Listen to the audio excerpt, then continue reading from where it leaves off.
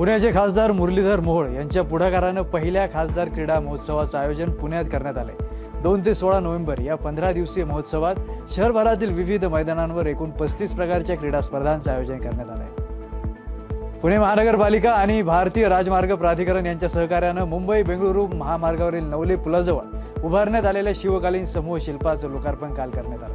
17व्या शतकातील युद्धभूमीचं जिवंत चित्रण साकारण्यात आलेल्या या शिल्पाचं मंत्री माधुरी मिसाळ यांनी अनावरण केलं। सोलापूरकरांचं स्वप्न लवकरच सत्यात उतरणार असून येत्या 15 ऑक्टोबरला सोलापूर मुंबई विमानसेवेचा शुभारंभ होणार आहे। विशेष म्हणजे पहिले प्रवासी म्हणून मुख्यमंत्री फडणवीस सोलापूरला जाणार असल्याची माहिती मिळते।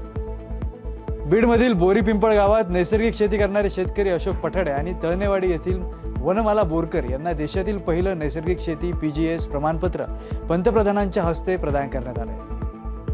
धाराशिव शहरातील समतानगर भागात असलेल्या जुन्या नगरपालिका वाचनालयाच्या जागेवर भव्य ग्रंथालय आणि स्पर्धा परीक्षेची तयारी करण्यासाठी अद्ययावत अभ्यासिका बांधण्याचं नियोजन करण्यात आलंय। गरजू विद्यार्थ्यांसाठी होणाऱ्या या कामाचा प्रारंभ आमदार राणा पाटील यांच्या हस्ते झाला।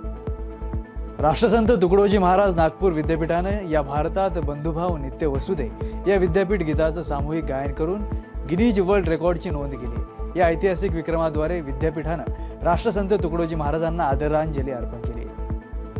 मुंबई पोर्ट अथॉरिटीनं मेकॅनिकल आणि इलेक्ट्रिकल अभियांत्रिकी विभागासाठी 100हून अधिक अप्रेंटिस पदांसाठी भरती जाहीर केली। या भरतीसाठी इच्छुक उमेदवार ऑनलाईन आणि ऑफलाईन असे दोन्ही प्रकारे अर्ज करू शकणार आहेत।